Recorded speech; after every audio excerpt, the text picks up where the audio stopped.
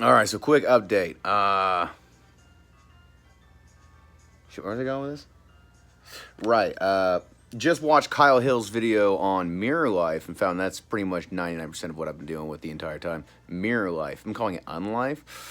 Its DNA is literally a mirror of a helix of our DNA. It's the exact opposite pattern.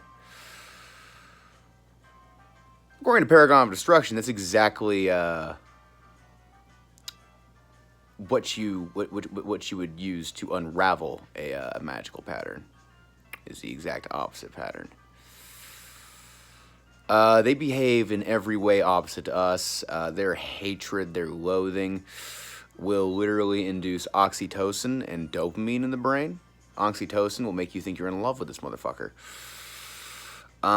It is multiliminal to some extent. It is a multiliminal threat. Somehow got a hold of like beyond time technology or physics or magic or whatever the hell. And everything that is true evil is unlife, is mirror life. Every one that is truly evil would either consume mirror life or would be consumed by mirror life. More like an and or, right? So at the end of the day, all evil is one entity because it would consume itself from a beyond time perspective. So they've always have already consumed each other and are one entity that appears to be multiple incarnations. Which is exactly the backstory of the Qliphoth. I'm sorry, the Eldrazi, which I would suggest we could also call the Qliphoth.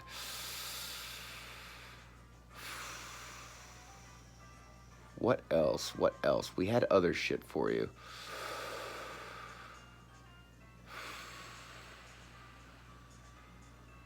Right, we also discovered that within our society, there appears to be very blatant beyond psych ward facilities. Usually supernaturally gifted individuals that are having an unstable episode get sent to a psych ward that will not even acknowledge the existence of any kind of power of that variety. But if you act up enough, you prove yourself malicious enough, you will get moved to lower and lower and lower levels where you are either a prisoner or a disposable security guard at a paranormal study facility of some kind. Yeah, full SCP type, like, security.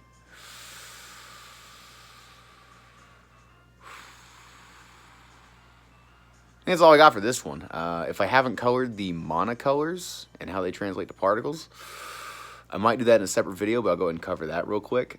We discovered something that's kind of blatantly sitting in front of all of us with photons and electrons being right next to protons and neutrons on the particle scale. Scientists know for a fact that particles are made of 3 quarks. A proton is made of 2 up quarks and 1 down quark. That means that the 2 up quarks are responding to the pressure of the down quark and are thriving far more than any other state of matter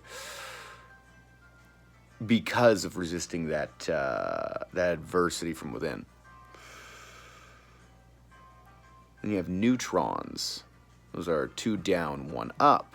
These 2 down have utterly defeated the 1 up, and therefore you have an inert neutron. That's black mana. Protons are red mana. I forgot to say. So that's the lower 2 of the 5. Of the 5 colors of magic. That's the closest thing we have to entropy in pure magic, in pure monocolor. The other 3 are entirely unknown to Google Science, where electrons are 3 down quarks and photons are 3 up quarks. It's really fucking easy to get. That would be electrons for blue mana and photons for white mana. Then you have behaviorless particles that have quarks that do not do anything at all. They don't go up, they don't go down, they don't do anything. I believe we would call this element 0, green mana. It is nature at its most raw, unaltered state. And that's not quite void either. You can, if I'm not mistaken, you can conjure element 0, trinities of quarks, straight from the void, which you can then turn into any other kind of mana or material. But I'm pretty sure that is only going to happen by overwhelming it. By, like, let's say you want to turn into a proton. Surround it by 3 protons, maybe 6, maybe 8. Say 8 is probably a good guess. 6 or 8 is probably a really good guess. Maybe 4. Yeah, I'd say probably at least 4. Just at a guess, because the D4 is the smallest dice you can roll. It is the smallest perfect geometry you can roll into an equal calculation scheme, whatever you want to call it, equal RNG, random number generation.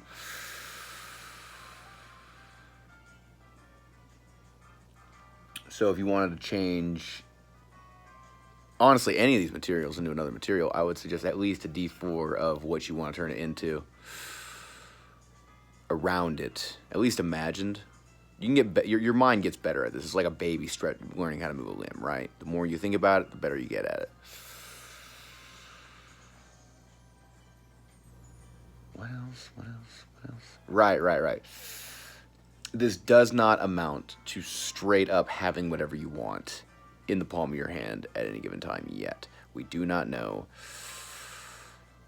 how to make a hydrogen particle, which is the 1 proton material. We do not know how to make a hydrogen atom. Anything more than a hydrogen atom. We do not know how to combine protons into a single nucleus yet. But it seems like an easy feat if we just put a little focus on it. But right now we're a little busy dealing with Mirror Wife, which is really big. Like, you ever do something nice and just are left with the general notion that no good deed goes unpunished? Because that's Mirror Wife influence doing that. Have a good day.